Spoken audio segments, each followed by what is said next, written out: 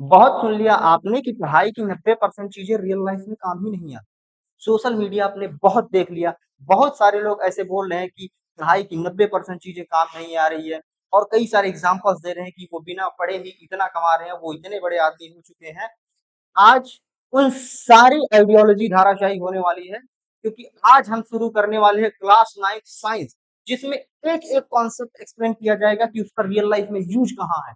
उस कॉन्सेप्ट को यूज़ किसने किया और कितना कमा रहे हैं, चाहे फिर पैसा कमाना हो, चाहे हमारे आस-पास टेक्नोलॉजी डेवलपमेंट हो, हर एक चीज़ हम कवर करेंगे और कॉन्सेप्ट की गहराई में समझेंगे। तो आज शुभारंभ करते हैं class 9 science chapter 1 so let's start.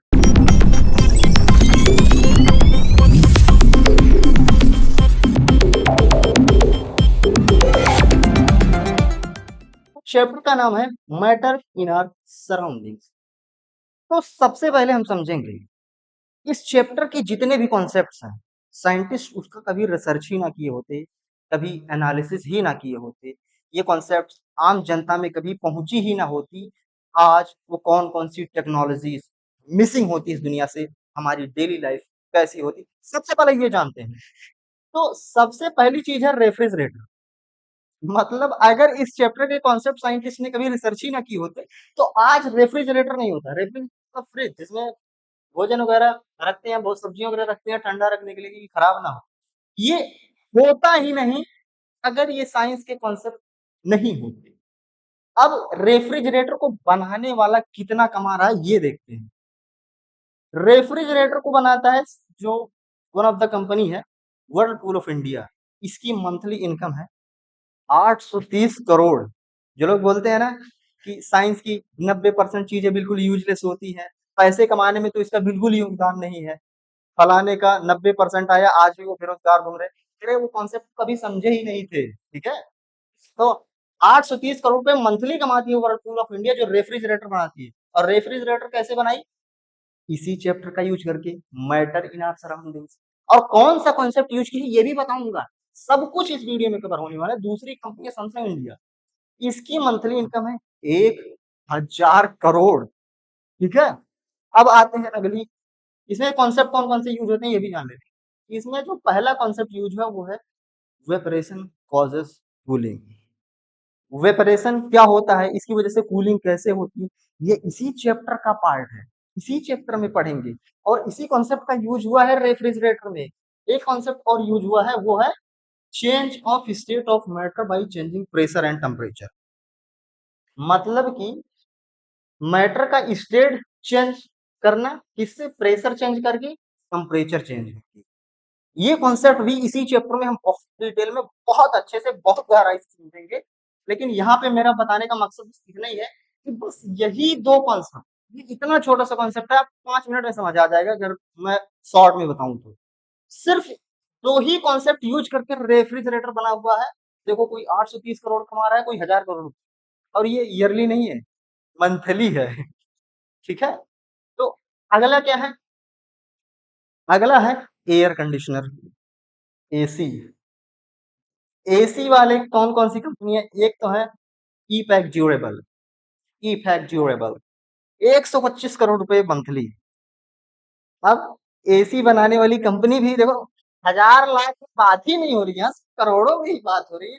और आप लोग समझते हैं कि यार साइंस की ये जो हम पढ़ रहे हैं स्कूल में बुकिश नॉलेज 90% चीजें काम ही नहीं आती, देख रहे हो यार, सब करोड़ों में बात हो रहा है। अगला है हैवल्स, जो कि फेमस कंपनी है, 186 करोड़ रुपए मंथली कमाती है। ऐसे ही कई सारी कंपनीज है, जॉनसन कंट्रोल है, एम्बर एंटरप्राइजेस है, ब्लू स्टार है, वोल्टास। देखो वोल्टास 635 करोड़ रुपए मंथली तक कमा लेती है सिर्फ एसी सप्लाई करके। और इसमें क्या क्या कॉन्सेप्ट यूज हुआ है? बहुत छोटा छोटा कॉन्सेप्ट यूज हुआ है कि कूलिंग होता कैसे है। एक तो evaporation plus latent heat of vaporisation. Evaporation यही है जिसकी वजह से कूलिंग, जो रेफ्रिजरेटर में यूज होता है कूलिंग के लिए, एयर कंडीशनर में भी यही कॉन्सेप्ट यूज होता है कूलिंग के लिए। Plus latent heat of vaporisation, ये भी बहुत एक लाइन का बस कॉन्सेप्ट है, सिर्फ एक लाइन में इसका आंसर दिया जाता है, आपको धड़ल्ले से समझ आ जाए, जो इसी चैप्टर का कॉन्सेप्ट है। हम जब चैप्टर की शुरुआत करेंगे बिल्कुल डिटेल में समझेंगे। अभी मेरा बताने का मकसद ये है कि जरूरत इसकी कहाँ कहाँ पड़ती है, इसका यूज कहाँ कहाँ हुआ है। पहला कॉन्सेप्ट ये यूज हुआ है एयर कंडीशनर बनाने में यानी एसी बनाने में, और दूसरा कॉन्सेप्ट यूज हुआ है इंटरकन्वर्जन ड्यू टू प्रेशर, यानी प्रेशर अप्लाई करके उसका स्टेट चेंज कर देना। कोई चीज सॉलिड है, मतलब जैसे सॉलिड है इसको गीला कर देना, या गर्म, जैसे गर्म करते हैं तो कोई भी चीज गीला हो जाता है तो स्टेट चेंज हो गया। तो इंटर कन्वर्जन का मतलब वही कि स्टेट चेंज कर देना प्रेशर अप्लाई करके। सिर्फ यही दो कॉन्सेप्ट यूज हुआ है और एयर कंडीशनर बनाया गया है, और सोचो कितना लोग कमा रहे हैं। आज से कभी मत कहना कि भैया साइंस के 90% चीजें काम ही नहीं आती। अगला देखते हैं, अगली क्या चीजें हैं। अगली चीज है प्रेशर कुकर। घर घर में पाया जाता है प्रेशर कुकर। ये कितना कमा रहे हैं प्रेशर कुकर बनाने वाले। तो दो कंपनियों का जिक्र किया जा रहा है। हॉकिंस कुकर जो कि इंडिया में किंग है, 80 से 120 करोड़ रुपए मंथली कमाता है। मतलब यहाँ लाख रुपए, हजार रुपए में बात ही नहीं हो रही है, सब करोड़ों में बात हो रही है। और जो लाख रुपए कमाते हैं वो लोग कहते हैं साइंस की चीजें काम ही नहीं आती। देखो टीटी के प्रेस्टीज है, ये भी कुकर बनाती है, 100 से 200 करोड़ रुपए मंथली कमाती है। और इसमें क्या कॉन्सेप्ट यूज हुआ, कोई बहुत भारी भरकम कॉन्सेप्ट यूज नहीं हुआ। 5 मिनट की कॉन्सेप्ट है। अगर आप समझदार हैं, अगर डिटेल में ना समझाए, अगर आप शॉर्ट में समझ लें, जितना समझदार है, तो 5 5 मिनट के कॉन्सेप्ट हैं। ये इतने इजी इजी कॉन्सेप्ट है। Boiling point increase with the pressure, ठीक है। उबलने, बॉइलिंग पॉइंट मतलब कि जिस टेम्परेचर पे कोई चीज उबलने लग जाता है, बस यही कॉन्सेप्ट है। बस ये देखना है किस टेम्परेचर पे कोई चीज उबलती है, इस कॉन्सेप्ट का यूज हुआ है।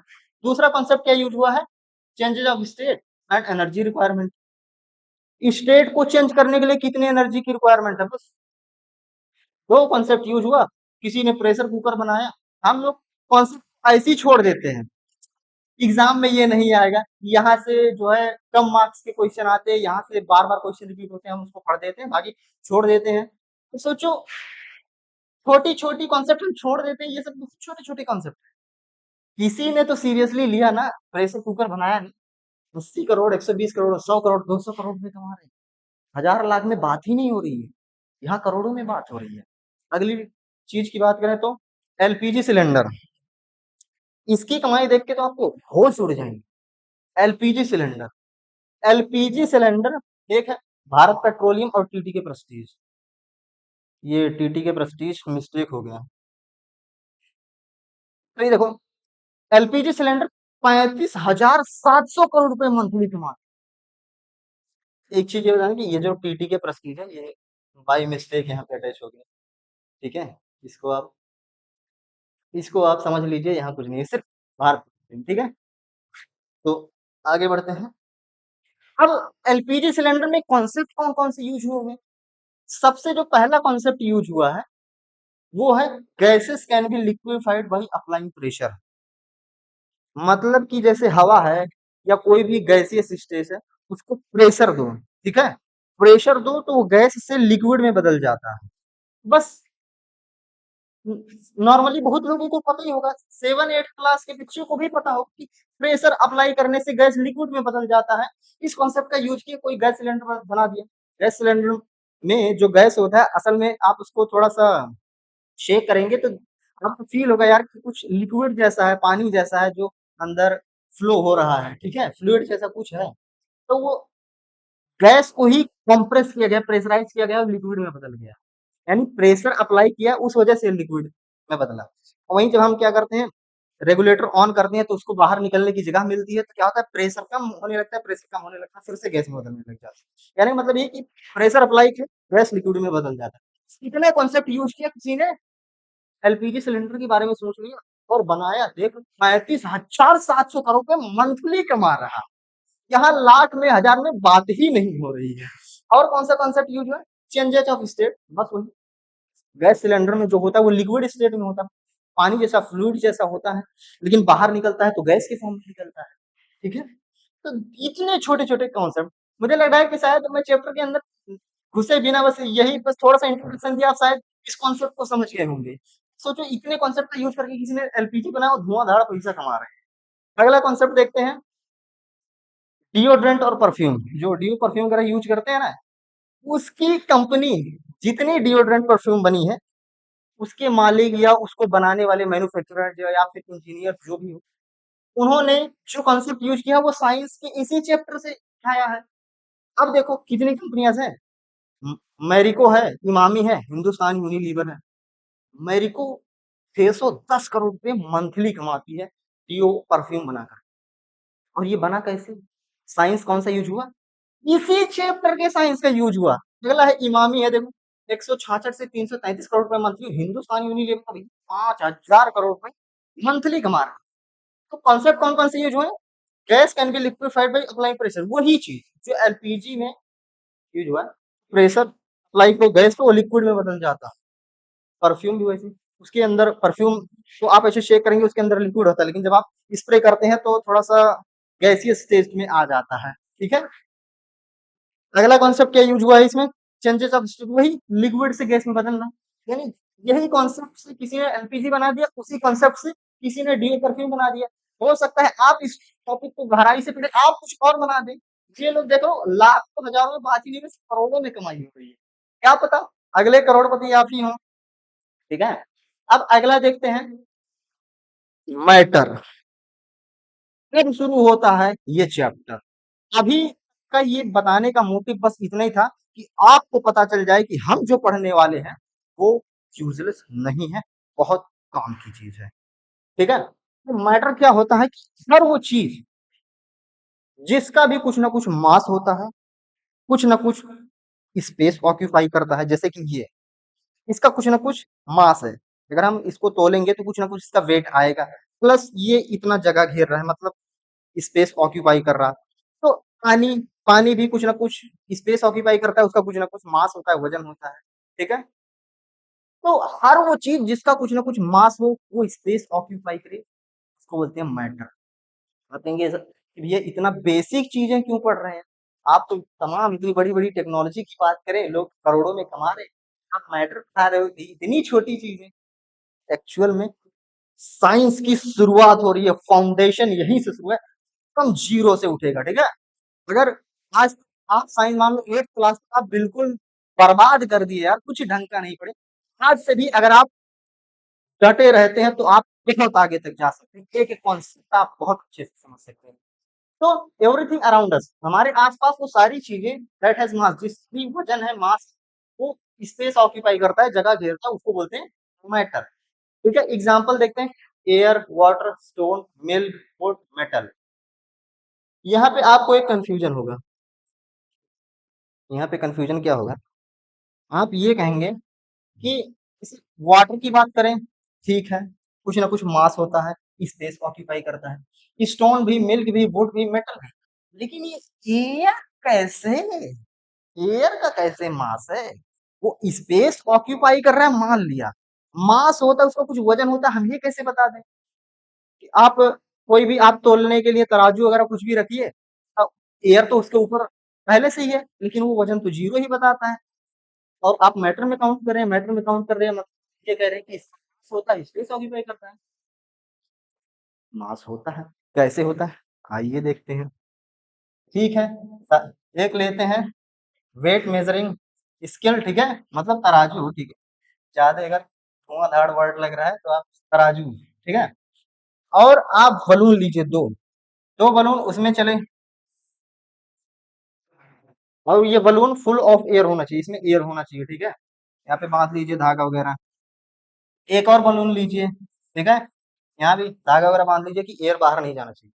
और आप ये इंश्योर करिए कि दोनों बराबर ही होने चाहिए। अगर बराबर नहीं भी है तो आप एटलीस्ट नोट करके रखिए कि किस एंगल पे है, या दोनों का वेट कितना है, बस आप छोटा सा एस्टिमेशन लगा के रखिए, काफी है।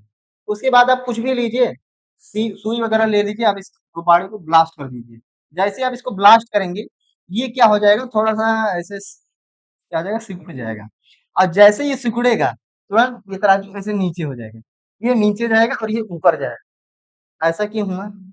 इसको जब हमने ब्लास्ट किया, इसका एयर बाहर निकल गया, एयर बाहर निकल गया तो ये हल्का हो गया, हल्का हो गया तो ये ऊपर गया।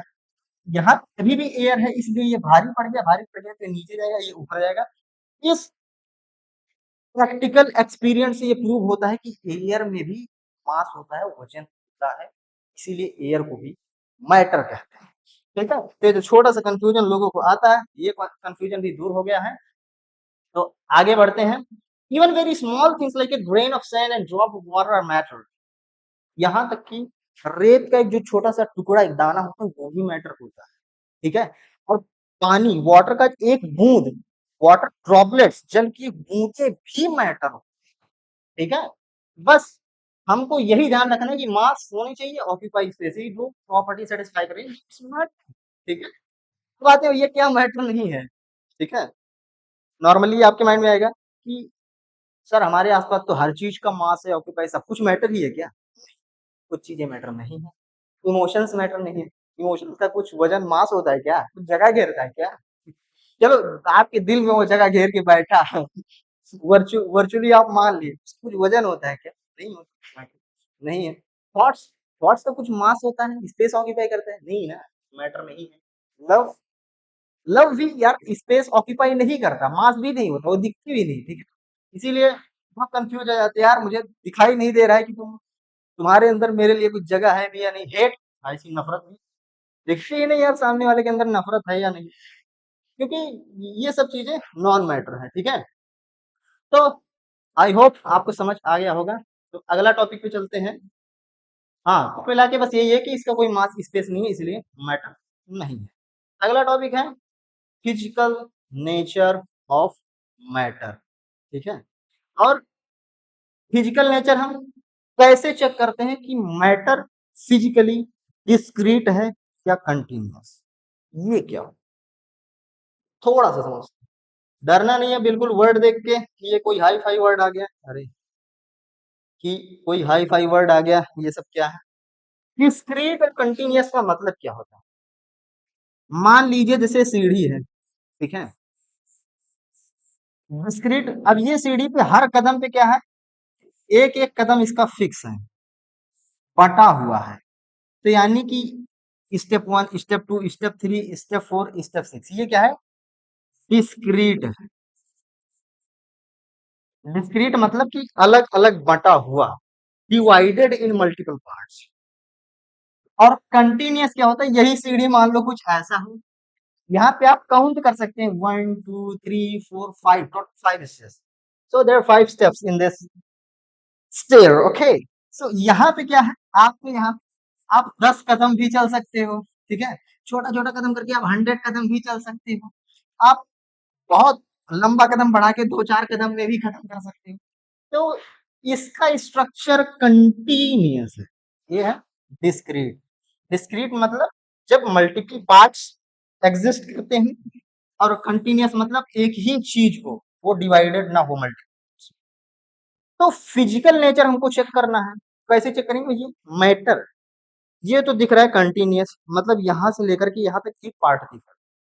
तो क्या ये इसके अंदर से भी कंटिन्यूअस ही है या टुकड़ा टुकड़ा, मतलब कोई टुकड़े टुकड़े से मिला हुआ? जैसे फॉर एग्जांपल हमारे आसपास वॉल होता है, दीवारें होती हैं, ईंट से बनी हुई है, तो बाहर से पेंट पॉलिस्टर हो गया है, तो ऐसे लगता है जैसे कि कंटिन्यूअस है, उसमें कोई टुकड़ा टुकड़ा चीजें नहीं लगी। लेकिन जब हम उसमें से एक रेत का टुकड़ा उठाते हैं, ठीक है, तब देखते हैं यार ये तो डिस्क्रीट है। ईंट उठाते हैं, यार ये तो डिस्क्रीट है, मतलब ईंट अलग अलग हो गए। ठीक है। जितने भी मटेरियल यूज, कंक्रीट होते हैं, उसमें भी अलग अलग सब दिखते हैं, पता लगता है डिस्क्रीट है, भले वो कंटिन्यूअस दिख रहा है। तो ऐसे ही ये जो पेन है, ये भी कंटिन्यूअस दिख रहा है। ऐसा बिल्कुल हो सकता है कि हो सकता है अंदर से ये डिस्क्रीट हो। ठीक है। तो मैटर अंदर से वाकई में डिस्क्रीट होता है या कंटिन्यूअस, ये चेक। ठीक है। क्या होता है? सबसे पहले तो ऐड शुगर इन वाटर, कुछ प्रैक्टिकल करते हैं। अब हमने एक ग्लास वाटर लिया और उसमें ऐड किया शुगर, लेकिन शुगर ऐड करने से पहले हम एक चीज और करेंगे। हम क्या करेंगे? यहाँ पे कर लेंगे मार्किंग। ठीक है। अगर पानी, जहां तक पानी है वहां तक हम मार्किंग कर लेंगे। ठीक है। उसके बाद शुगर को ऐड करेंगे। ठीक है, कर लिया। अब आगे क्या है? आगे हम देखेंगे जब वो पूरा घुल जाएगा, नहीं घुलेगा तो घोलेंगे यार, लेकिन डिसॉल्व पूरा करेंगे। जब ये पूरा डिसॉल्व हो जाएगा, उसके बाद क्या हो?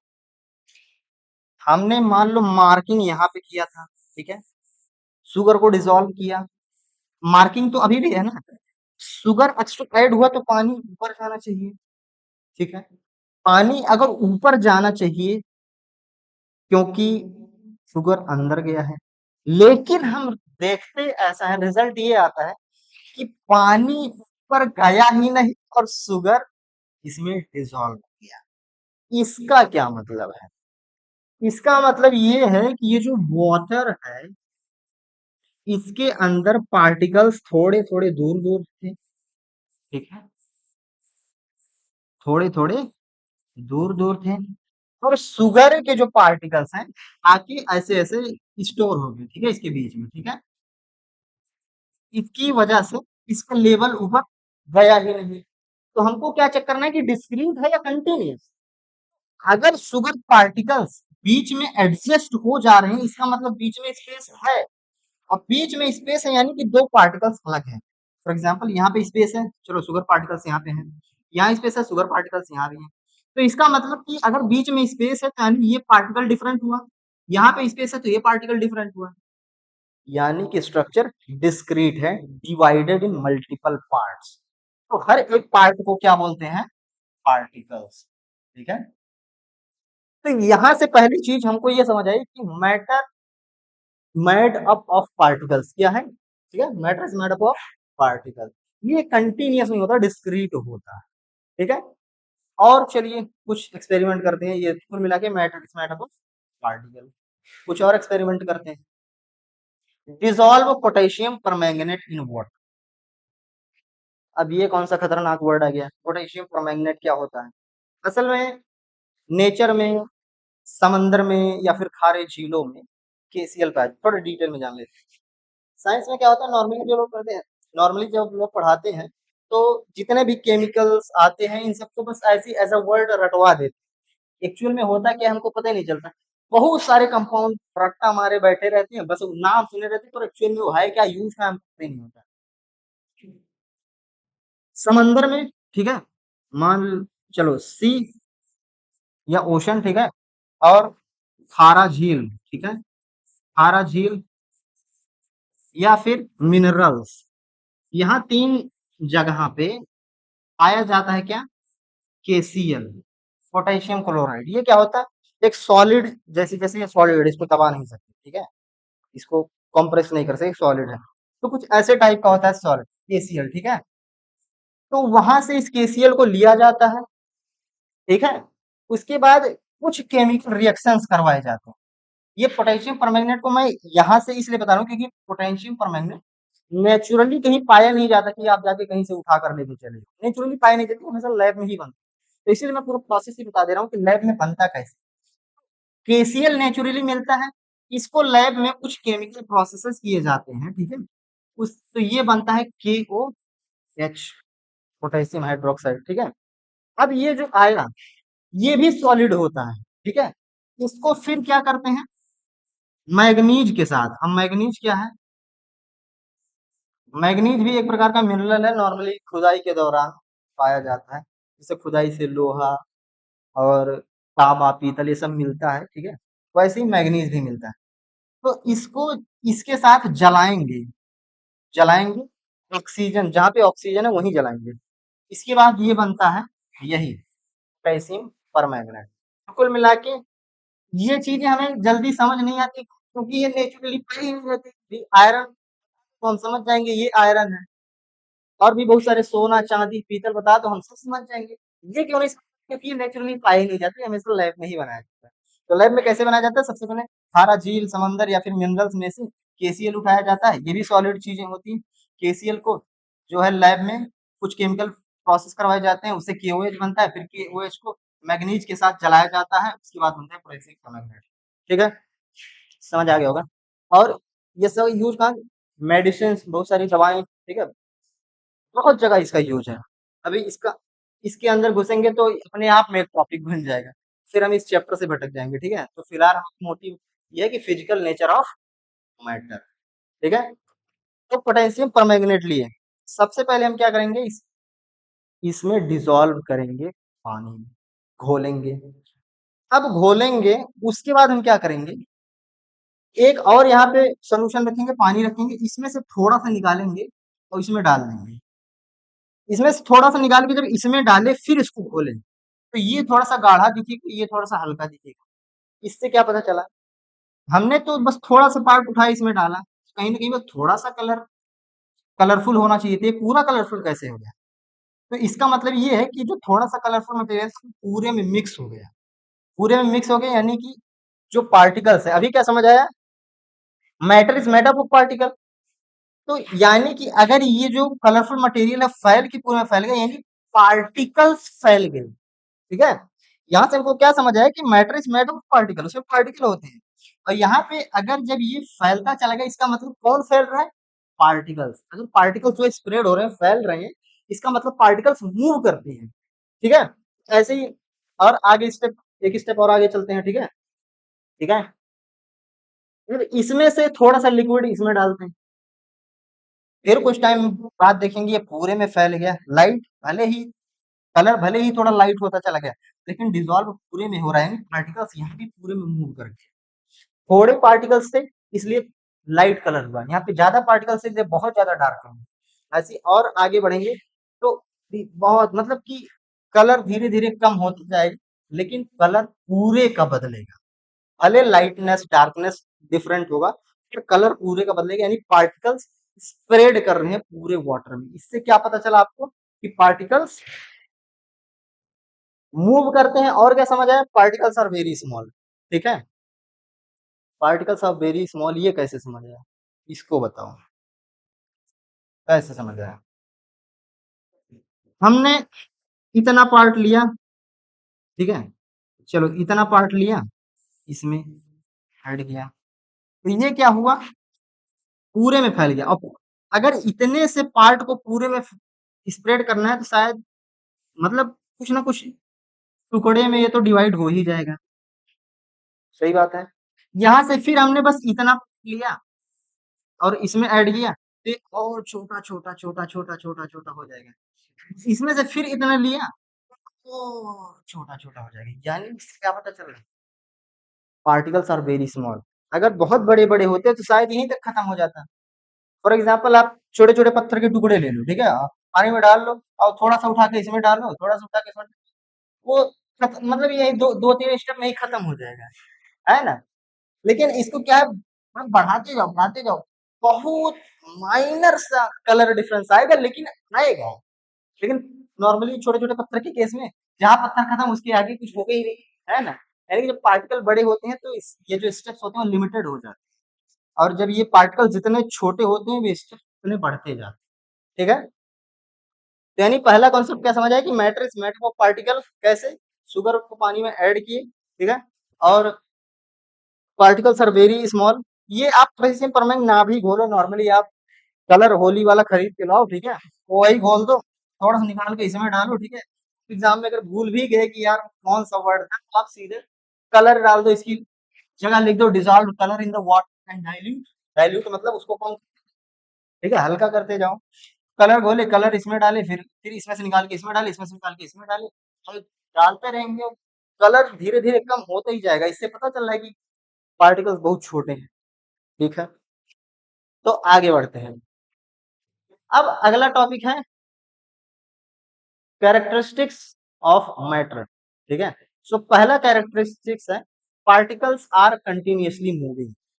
अभी जो पिछला एक्सपेरिमेंट किए पोटेशियम परमैंगनेट, वर्ड अगर नहीं भी ध्यान आ रहा है, नॉर्मली यूज करो कलर, कलर को पानी में घोले, ठीक है, उसके बाद उसमें से निकाल के दूसरे में डाले, दूसरे में से निकाल के तीसरे में डाले, इससे हमको समझ आ गया कि पार्टिकल्स आर कंटिन्यूअसली मूविंग। अब क्या क्या एक्सपेरिमेंट, एक तो इसके चलो और भी एक्सपेरिमेंट एग्जांपल दिए हैं तो समझ ही लेते हैं। नॉर्मली इंक ले लो, ठीक है, इंक को पानी में डालो, स्याही, और उसके बाद हम कुछ टाइम बाद देखेंगे कि ये जो है फैल के कुछ ऐसे हो गया, और भी थोड़ा वेट करेंगे तो ये और थोड़ा स्प्रेड होके कुछ ऐसे दिखा। यानी कि इंक पहले बस इतना सा था, स्प्रेड होता गया इतना हो गया, इसके बाद और भी स्प्रेड होता गया पूरा, यानी कि पार्टिकल्स मूव कर रहे हैं कंटिन्यूअसली, ठीक है, पार्टिकल्स आर कंटिन्यूअसली मूविंग। तो पार्टिकल्स आर कंटिन्यूअसली मूविंग का ये पहला। एक और इसका प्रैक्टिकल एक्सपेरिमेंट है, स्मेल ऑफ इंसेंस स्टिक, अगरबत्ती। अगरबत्ती जला देना, खुशबू पूरे रूम में फैलने लग जाती। अगरबत्ती तो लगाए एक ही जगह, खुशबू फैल रहा है चारों तरफ, क्यों? कि पार्टिकल्स मूव कर रहे हैं, ठीक है। तो ये भी प्रूव करता है कि पार्टिकल्स आर कंटिन्यूअसली मूविंग। एक कॉन्सेप्ट ये नॉर्मली कभी-कभी 1 मार्क का क्वेश्चन आ जाता है, डिफ्यूजन क्या है? ठीक है? डिफ्यूजन यही होता है कि जब हम कोई भी चीज़ किसी सॉल्यूशन में डालते हैं, फॉर एग्जांपल कलर, इंक कुछ भी, तो ये धीरे-धीरे स्प्रेड होता रहता है और इसमें मिक्स होता है। भले ही हम खुद से कोई चम्मच यूज़ ना करें, इसको शेक ना करें, ये ठीक है? ऑटोमेटिकली धीरे-धीरे, धीरे-धीरे, धीरे-धीरे मिक्स होता चला जाता है। तो नेचुरली मिक्सिंग जो होती है, किसी भी लिक्विड में नेचुरली मिक्स होना ही डिफ्यूजन कहलाता है, ठीक है? कोई बहुत वर्ड भले भारी भरकम सा लग रहा है बट बहुत सिंपल सा मीनिंग है कि इंटरमिक्सिंग, ठीक है? तो due to higher kinetic energy, ये चीज़ और नोटिस करो। नॉर्मली जब हम इसी को गर्म कर दें, पहले तो देखते हैं मान लो चलो 10 मिनट लग गया इसको पूरा घुलने में, लेकिन इसको हम अगर हम गर्म कर दें, हीट कर दें, बहुत जल्दी से घुल जाएगा। तो वही बोल रहा है due to higher kinetic energy. तो डिफ्यूजन फास्टर हो जाता है इन हॉट वाटर। ये जो डिफ्यूजन मतलब ये इंटरमिक्सिंग है, ये फास्ट हो जाता है कब? इन हॉट वाटर, जब हम हीट करते हैं, जब हम गर्म करते हैं, due to higher kinetic energy, ठीक है? गर्म करते हैं तो पार्टिकल्स क्या होते हैं, बहुत जल्दी जल्दी मूव होने लगते हैं। नॉर्मली चाय बनाते वक्त या पानी गर्म करते वक्त देखिए जब बहुत ज्यादा खौल, पानी एकदम उसमें मूव करने लगता है, ठीक है? तो उसको बोलते हैं काइनेटिक एनर्जी। काइनेटिक एनर्जी से तो ज्यादा घूम रहा है तो जल्दी मिक्स हो रहा है, ठीक है? आगे बढ़ते हैं। तो डिफ्यूजन कुल मिला के क्या है? Intermixing of particles of two substances. Two substance कहने का मतलब कि एक सब्सटेंस इंक हो गया, एक सब्सटेंस वाटर, ठीक है? क्योंकि एक अकेले सब्सटेंस से पानी को आप कैसे मिक्स करोगे, ठीक है? तो ऐसा नहीं है, दो सब्सटेंस चाहिए, बेसिक बात। अगला है particles have spaces between them, ठीक है? ये आपको पिछले ही एक्सपेरिमेंट में समझ आया होगा जब हमने शुगर और वाटर दोनों को डिसॉल्व किया था। तो एग्जांपल दिया था कि ऐसे पार्टिकल है, उसके बीच में शुगर हो गया, ये पार्टिकल बीच में शुगर हो गया, जिसकी वजह से वाटर लेवल आगे नहीं, ठीक है? तो वही चीज रिपीट हो गई है कैरेक्टरिस्टिक्स में, ठीक है? तो वही है, शुगर वाटर को डिसॉल्व किए और ये जो लेवल है बढ़ा नहीं, उतना ही रह गया। इससे पता चल गया कि इनके बीच में स्पेस होता है। अगला कैरेक्टरिस्टिक्स है पार्टिकल्स अट्रैक्ट ईच अदर। ये कैसे है? देख लो, आप ये चीज देखे होंगे, दो चीज का एग्जांपल, दोनों को ही हम डिटेल में बताते हैं। जब ये जो आयरन नेल है, कील, आयरन नेल, इसको जब हम किसी भी वॉल पे हिट करते हैं, ठीक है? हिट करते हैं तो क्या होता है, तो बैंड हो जाता है, जैसे बैंड हो गया। तो बैंड नॉर्मली इसको टूट जाना चाहिए था, लेकिन ये बैंड हुआ है, बैंड हुआ है। बैंड होते समय क्या होता है? एक मिनट, डायग्राम को हटा ही देते हैं। बैंड हुआ है। पहले इस पहले इसका स्ट्रक्चर कैसा था? ऐसे ऐसे सॉलिड के क्या होते हैं, पार्टिकल्स बहुत पास पास होते हैं। ये बहुत मजबूत है तो इसके पार्टिकल्स बहुत पास पास होते हैं, ठीक है? ठीक है, ऐसे ऐसे बहुत पास पास। और जब हम हिट किए वॉल पे, ठीक है, तो ये आयरन नेल्स थोड़ा सा बैंड हो गया। बैंड हो गया यानी कि अंदर में क्या हो रहा होगा कि यहाँ पे तो ऐसे ही रहेगा, पार्टिकल्स बहुत पास पास रहेंगे, यहाँ भी पार्टिकल्स बहुत पास पास रहेंगे, लेकिन इस पार्ट पे थोड़ा सा ऐसे होगा, बैंड होगा, पार्टिकल्स से दूर होंगे। यानी कुछ ऐसे हो जाएगा कि यहाँ पे चलो बहुत ज्यादा पार्टिकल्स डेंस है, लेकिन यहाँ पे थोड़ा सा दूर दूर हो गए, ठीक है? तो दूर दूर हो गए, इसके बाद भी अलग नहीं हुआ है। अलग क्यों नहीं हुआ? क्योंकि ये पार्टिकल एक दूसरे को खींच रखे हैं, खींच रहे हैं, कर रहे हैं। तो इसी से ही पता चल रहा है कि यहाँ से तो टूट जाना चाहिए, पर वो बैंड हुए ही अपने आप को स्टेबल कर रखा है, नहीं टूटने दे रहा है। मतलब इसके जो छोटे छोटे पार्टिकल्स है एक दूसरे को खींचे बैठे हैं, ठीक है? तो अगला रबर बैंड, ठीक है? क्या हो गया?